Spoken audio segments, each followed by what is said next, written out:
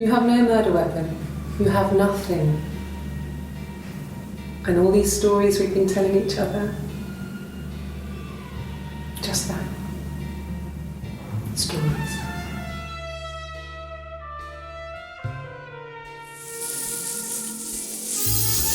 Welcome to another episode of Pro Play. My name is Steve Morrow. I'm a private investigator and I'm the owner of Morrow Detective Agency located in Simi Valley, California. Private investigator is one who is hired by either the public or by attorneys to go out and help folks figure out whatever their problems are. It can be anything from cheating spouses to children that have absconded, people that have been wrongfully charged of crimes. Whatever it is, we're the people that you call in order to try to help you figure out what the problem is and hopefully get you a resolution to it. From my understanding, this particular game is about looking through footage and seeing where the evidence and where the statements that people make will lead you. I've worked similar cases. One comes to mind of a case that had to do with armed robbery. I looked through 50 hours of footage to see whether or not my client had a gun. My strategy for this particular game is to be as attentive as possible. I'm also going to see if people's facial features are giving, their expressions are giving anything away. I will be taking notes here. Let's see how it goes.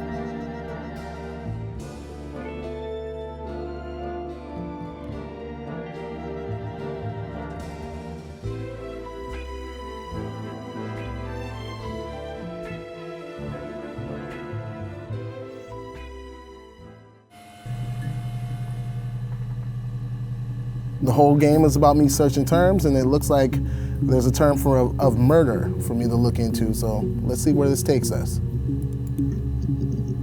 Okay, I'm looking at 4 videos of murder. Let's go ahead and click on the first one and see what happens. You think it's murder? I mean, clearly it's murder. What can I do to help?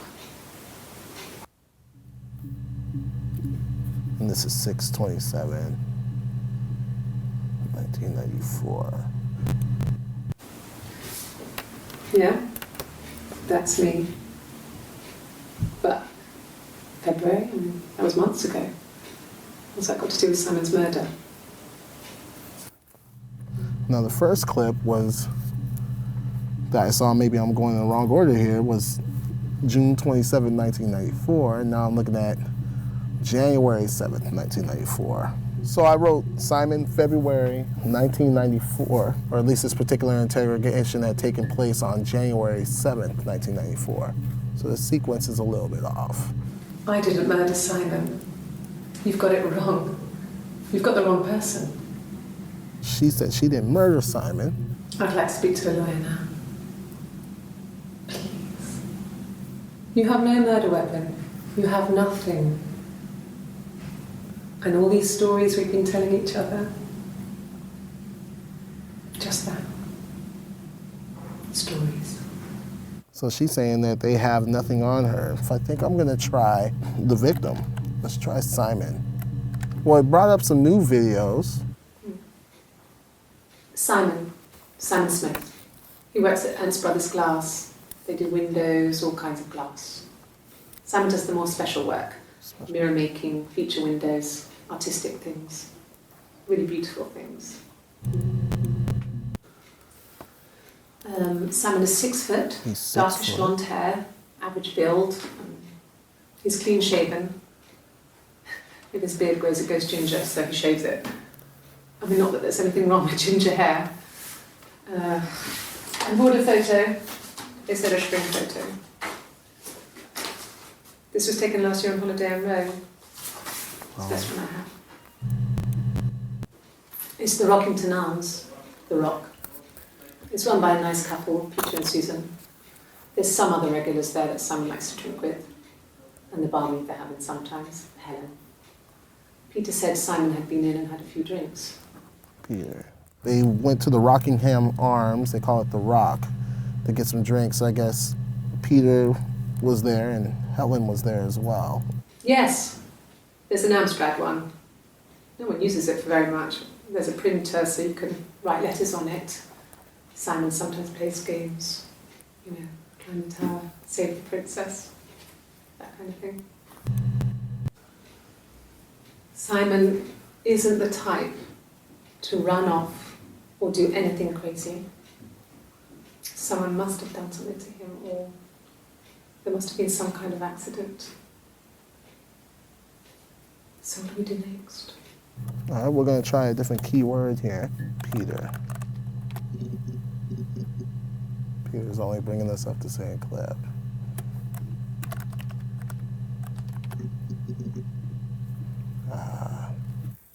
No. I think he spoke to Helen. She said he was upset about her argument, but I'm not sure what else he said. Argument. He likes Helen. He likes blondes. What the argument was about. So, it was Friday evening. We had an argument. He left. On Saturday, he didn't come back. I waited all day. He was supposed to go help Eric out with something on the Saturday afternoon. They had a job. He didn't show. So Eric was ringing on the phone. I checked at the Rock, that's our local. They said they'd seen him on the Friday night, but not since. He still wasn't back this morning. It just isn't like him at all. Still not back by dinner time. It's getting dark again. So I decided to come see you. His parents haven't heard anything either. There's married couple stuff. A stupid argument, nothing specific. No one knows how to push your buttons better than those you're close to. They need to get more out of her. I mean, yes, we have arguments, but he never runs off. He always comes back. We make up. It's always that way. Still not getting much about what the argument was about. Yes. He left after the argument. It was about 8 o'clock. She has bruising on her face. Oh, God, I don't know. I mean, I guess the Rock. We've spoken to everyone there. Someone must have seen where he went. I don't know. So many things could have gone wrong. No one has been in the last few weeks. We had a plumber come in 3-4 weeks ago. Someone summoned you from the Rock. So far, clearly the argument is, a big part of why he had taken off. He supposedly confided in, or Eric was good friends with him, so trying to figure out if he had talked to Eric. So far she has mentioned that Simon likes blondes, so I'm wondering if the argument is going to end up having something to do with, his infatuation with Helen, the blonde. He was wearing a shirt. It's a blue turtleneck shirt and jeans. He has a watch. It's a really nice one. That was a gift from his boss, Eric. It's his boss. He had his coat, a long grey duffel coat, like Paddington Bear. He would have taken that with him. It's not in the house. Well, Eric is his boss. Yes, there's a car that we share, a Cavalier, and a van he uses for work. It's owned by Eric, but we look after it. Both of them are there now, parked in the street. I'm not sure about the keys for the van. I can look for you when I get back. Okay, so they have two vehicles, a Cavalier car that belongs to the company and a van that belongs to them. Yes, that would be in his wallet. It's a Visa, a silver one. He doesn't like to spend money he doesn't have, so he usually pays with cash, but Eric convinced him to get one. Eric was like an uncle to him. They were pretty close. They spend a lot of time with each other, especially when they have to go to conferences. Have you met his wife, Diane? Eric's wife is named Diane. There we go. An affair. Simon wasn't having an affair. You're reaching here. Oh, I don't know why. No, I've never cheated on anyone. I've never taken anything from anyone. Simon's dead. But I have my baby to care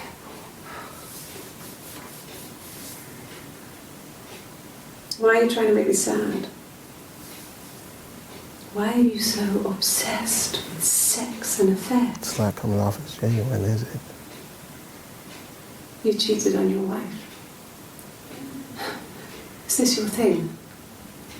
She was trying to cast aside any suspicions of her cheating, and then she tried to throw it back on whoever the interrogator was by trying to say that they were possibly a cheater. And that's the reason why they were pursuing that particular line of questioning. So, I mean, it's telling. You know, she seemed disingenuous. She didn't seem like she was very forthcoming. If you notice, she wasn't even really looking at the interviewer too much at certain points. She was looking down at the table. It's starting to look, you know, an affair of some sort may be a big portion of what's going on here. Who saw Simon last, and where did they find Simon now that he's been confirmed dead?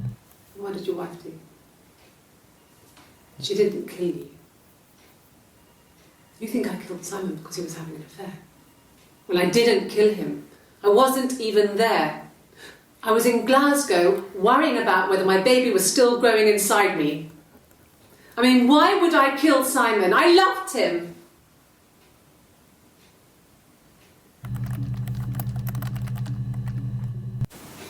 The bruise.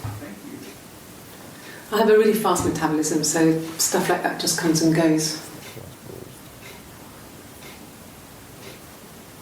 I don't know if there's much more that I can tell you that I haven't already told the other policemen. I found the body.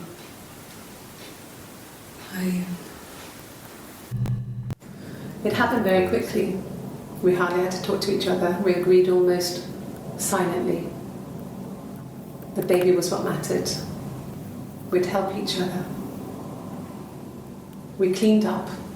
We bagged up the broken mirror, her clothes. They're gone. We took him down to the cellar. We knew we had an alibi, and we wanted the body to be found later. We wanted to have suspicion on us, so we could then disprove it, rather than have it linger. Better to keep the body in the house than risk being seen with it. The watch, that was my touch, to make sure the alibi stuck.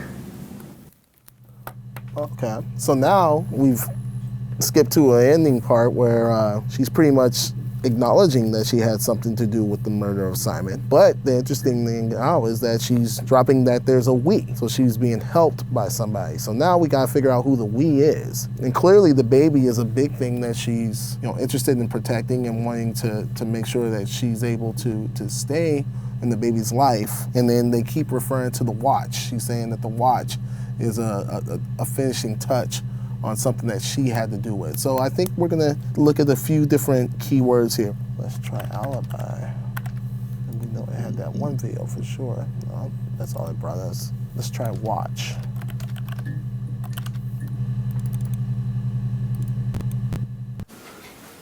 I guess you could call it that, but we were both happy to get married. It was a beautiful wedding. We had our first dance to Come Back and Stay. I'm not sure if that's a good wedding song, but I loved it. I chose it.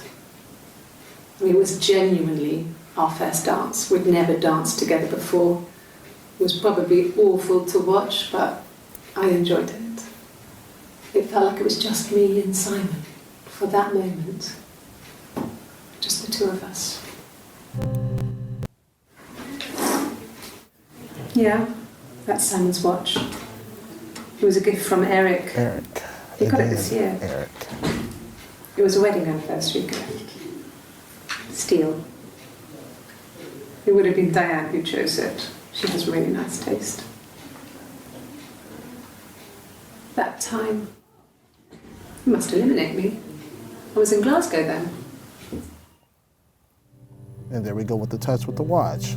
She's trying to use the watch as the alibi, saying I guess it stopped at a particular time, which indicated that there was a time she wanted to stop at.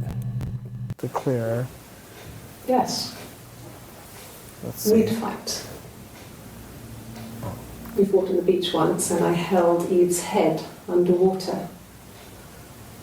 There was no one else around. It was at the far end of the beach. And I held her head under and I kept it under. And for a moment, I just wanted to kill her. and watch her drown. But that was it. It was just a moment. We made up afterwards. It was a love-hate relationship. So who is Eve? You know, she just gave us another person, and she basically confessed to almost committing a murder against Eve, whoever Eve is, by almost drowning her. I definitely think that that's a particular person of interest. Let's see what else we can find out about Eve. All right, we have several clips about Eve. Well, my friend Eve. I mean, she was a friend from when I was a kid. And she was always more popular with the boys, and I used to hate her for it. I mean, really hate her sometimes. So Eve was popular with the boys and you were jealous. A police station. Yeah. When I was young, we ran away on my birthday. Bob Dylan was playing in London, and we thought we could break into his tour bus and have him take us with him. The taxi driver we paid to drop us off, I mean, we'd saved money, pinched a bit here and there to pay for the fare. He was suspicious because we were so young, so he told the police. So they came and picked us up and took me back to Portsmouth. My mum picked me up from the station. But I blamed everything on my friend Eve. So my parents let me off.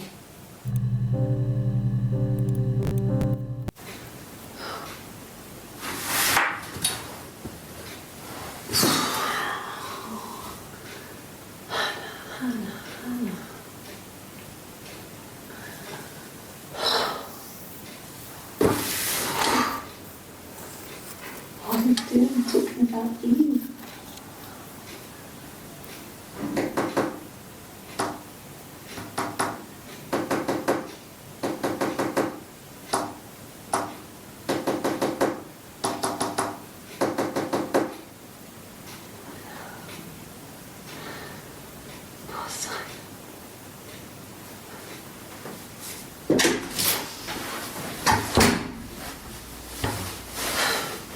She was left in the interrogation room by herself, and it looks like she knows that she somehow put a foot in her mouth by talking about Eve, so now it looks like she's somewhat distressed about that. And she said Hannah, Hannah, Hannah, which I don't know if Hannah is her, which I'm presuming because it seems like she was accosting herself. We're definitely coming on something. My mother called me Eve. Oh, her mother called her Eve. So now I'm wondering, does she have split personalities now? And maybe the we is her and Eve, or maybe some other personality. So now I'm curious, we're gonna plug in Hannah. Eve is looking like it may be whoever this particular individual is. We don't even know her name yet. So let's see who Hannah is. See if we get. My name is Hannah. Hannah. Okay. It's palindrome. It reads the same backwards as forwards. It doesn't work if you mirror it though. It's not quite symmetrical, but well, I mean, you get the idea. Okay. Sorry. Hannah Smith. I live at 31 Gladstone Street. She's Hannah, and she's Eve. Yes, my name is Hannah Smith. Oh. Sorry.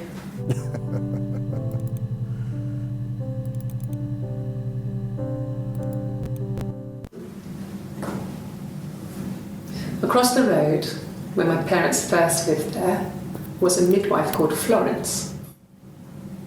When Hannah was born, I was born at the same time. The midwife was there to help. I'd been throttled by the cord, probably wrapped around my neck by Hannah. The midwife told my mother I was dead. But I wasn't. She wrote all this stuff in a diary. Amazing what people will admit to on paper. She recognized me from the window. She told me to come inside, and she hid me. They had made the attic into a place where Hannah could play. There was a dollhouse. She hid me up there. No one else ever went into the attic. It was her place. Okay. So we've confirmed that both Hannah and Eve clearly are the same people, same person. She's referred to herself as Eve, and she's also referred to herself as Hannah, both born in the same day. Maybe she was a twin and lost one, and maybe that personality stuck with her. I'm curious to see, where this is gonna go. She said she confessed everything in the diary. I'm wondering if they found the diary. There we go. No, he doesn't keep a diary. That's my thing. I've kept one, well, as long as I can remember, since I was a girl. It helps make sense of my day.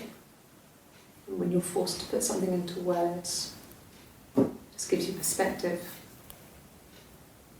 Everyone's on the same page. Florence was a warm, kind person. Florence again. But she was broken, I guess. When I found her diary, I also found a biscuit tin with other stuff in it. Older papers, letters, that kind of thing. Her story wasn't there. I never really spoke to her about it. I was far too young to really understand, I guess. I just put it together later, once I was older. She had loved children, planned to have a large family, but her husband died in the war. And that was back when you married for life. She never felt like she could marry again. Isn't that strange? She was a widow from her 20s. But, I guess it was different then. You married for life and she felt she could never marry again. I guess it was harder, a war widow. One of the dead. I don't know, maybe there was more to it than that. I don't really know.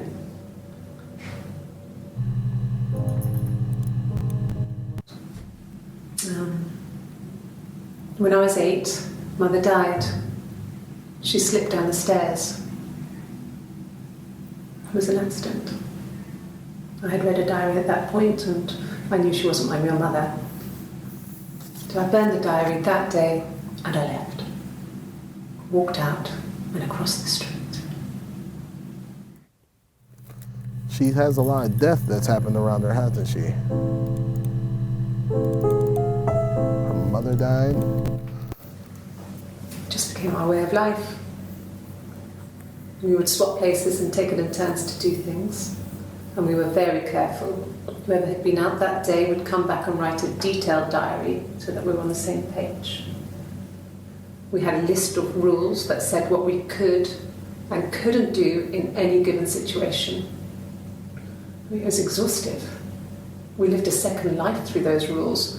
Rules for things that could only ever happen inside our imaginations. We would consider all the permutations of future events and agree rules to walk our way through them. Still those references to we. Yes. I inherited it from my parents, so it made sense to move back. Me and Simon. Felt like going back to old ways before the pregnancy. Reminded me of being a girl, the dollhouse in the attic, old things. We didn't sleep in my parents' bedroom for a long time. We decorated it as soon as we moved in, but it was another year before we started sleeping there. Yes, I read a lot as a child and watched lots of TV. Then the doll's house we still have in the attic. It's kind of a fairy castle. We used to play up there and make up our own stories. I don't know if I put this in already. I'm hoping that some of these keywords will lead me back to the fight, like we're seeing bruise, and I'm hoping from there it'll lead me back to maybe which particular personality had a problem. Bruce. Oh, yeah, no, it's nothing. I was going through the top cupboard in my kitchen and the chair slipped and I kind of hit the door with my face. I mean, hurt like hell. If one of us got hurt, the other one would have to be hurt too. A grazed knee, a bruise. When I lost my tooth first, we had to pull out Hannah's to match. Once, I slept with a boy who was seeing another girl. The girlfriend came up to Hannah the next day and punched her in the face, gave her a huge black eye. That night, she had to do the same to me. But she almost went too far. I couldn't see out of that eye for days. She snuck a frozen piece up for me from the kitchen. Well, so much of our bodies were synchronised anyway. We started our period on the same day, all our childhood diseases, stomach bugs, nits. Differences? She's a better driver than me. She passed the test for us. I tried to take it and nearly crashed the car. Learned that you can't rely on confidence to get you through everything. She is the shy one. She was especially shy around boys. If Hannah liked a boy, I would have to pursue him. It was that way with Carl. Hannah met him first. She had such a crush. I let him take my virginity after a night that his band had played at. It got difficult. When I was with Carl, we would have sex, but Hannah couldn't let him see she was a virgin. She had lots of excuses. After a while, we decided that I should take Hannah's virginity. It's not that different to a bruise, pulling a tooth, a graze. We used a hairbrush. After that, we took it in turns, though I was always the one who seduced the boys.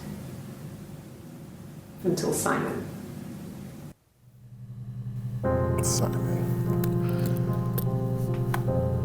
This was about 9. I went round and she was waiting for me. She was furious and so angry, the kind of anger you can only have towards yourself. We screamed at each other, argued, cried, we fought. I hit her back, left a bruise. I had my wig on from performing, she tore it off. Eventually, we grew tired of fighting and I left.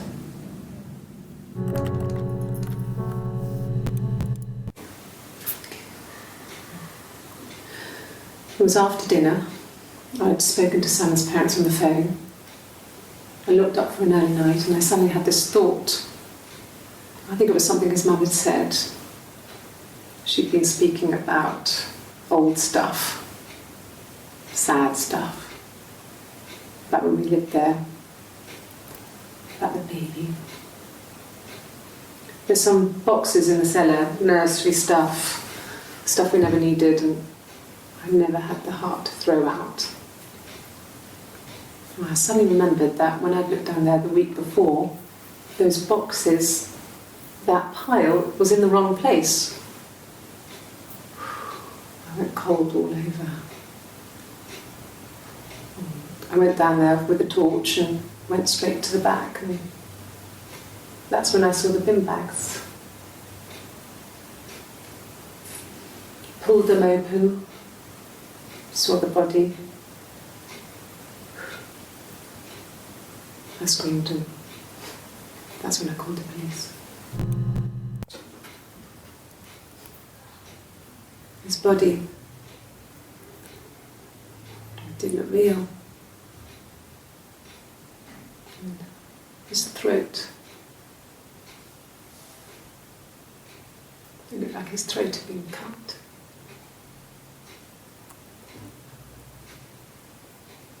And I didn't see his glasses. There's these thick glasses.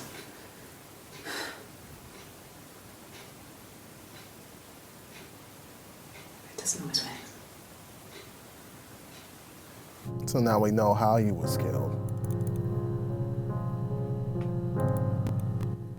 Really? Okay. Here's the rest. Oh, they laid a body on the dock tonight. Oh, the wind and the rain. Till a fiddler with a fiddle came walking by. Oh, the dreadful wind and rain. And he made a fiddle bow of her long hair. Oh, the wind and the rain. Yes, he made a fiddle bow of her long blonde hair. Oh, the dreadful wind and rain. And he made fiddle pegs of her finger bows. Oh, the wind and the rain. Yes, he made fiddle pegs from her finger bows. Oh, the dreadful wind and rain. And he made a fiddle out of her breastbone. Oh, the wind and rain. The sound could pierce a heart of stone.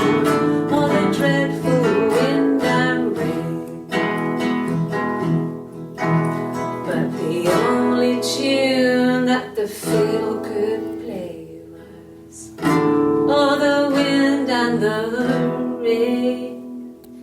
Yes, the only tune that the fiddle could play was oh, the dreadful wind and rain.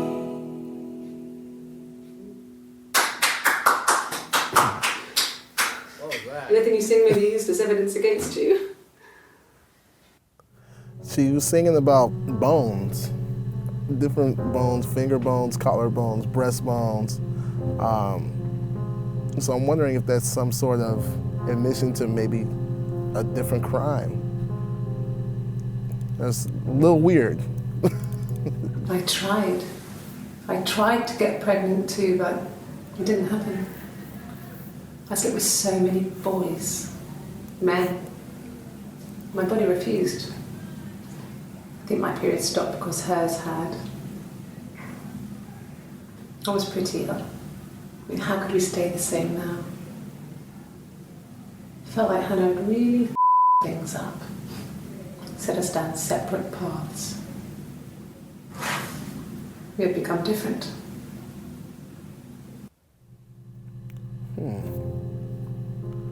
So she couldn't get pregnant, then baby. I mean, now getting this information about her not having a baby definitely has left more questions than answers at this point. So let's see. Maybe that holds the key. We spent the wedding night in a hotel in Brighton. It would have been too much to do more. We were saving for the baby. It was wonderful to be in a hotel, away from home, just alone together. Since then, we've always tried to get away for our holiday.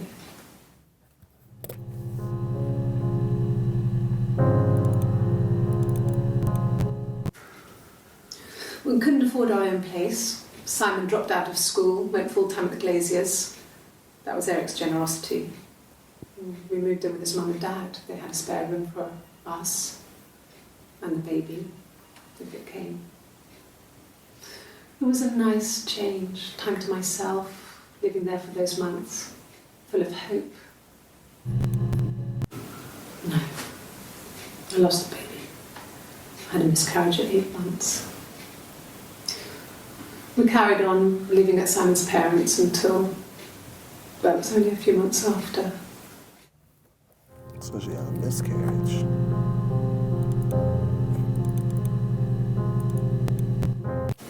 Yes. It was a shock to him. I mean, we never thought it was possible. I don't know what I hadn't decided whether to keep the baby. I wasn't really ready to talk to him about it. Diane is really nice. She helps out with the Glaziers, organises the Christmas party, that sort of thing.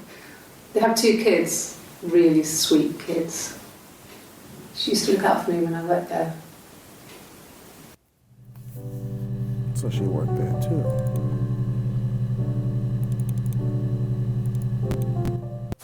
Not really. He would go to the pub. He had his drinking buddies there, but no one ever really came back to the house. Sometimes Eric, his boss, and his wife would come over for dinner. That would be us returning the favour. Diane is a really good cook, into her trendy ingredients. And the last time Simon cooked something off MasterChef, he got the recipe off CFAX, and I did my Lloyd Grossman bit, commenting from the sidelines. I had to find fennel from the supermarket. Have you ever eaten fennel? Simon and Eric arguing? No, I can't imagine they'd be arguing. And they get on so well. Unless it was something to do with work. Maybe Simon was being too much of a perfectionist. But I don't know. You should ask Diane. At the very beginning, it seemed like the relationship was going okay. Moved in with mom and dad. You know, Simon had gotten a job with Eric. And maybe her personalities were kept at bay.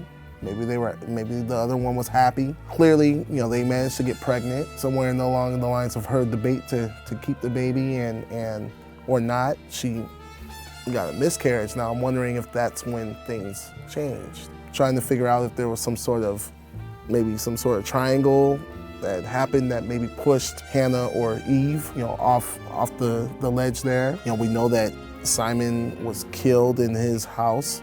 His throat was slit. We know that Hannah or Eve has taken efforts to try to make sure that they're not prosecuted for this particular crime. We've learned who did it. The why is still eluding us, and that's what I'm trying to figure out. So now we just got to figure out why. You know, why did this happen? What was the reason that Hannah and Eve decided to go and kill Simon?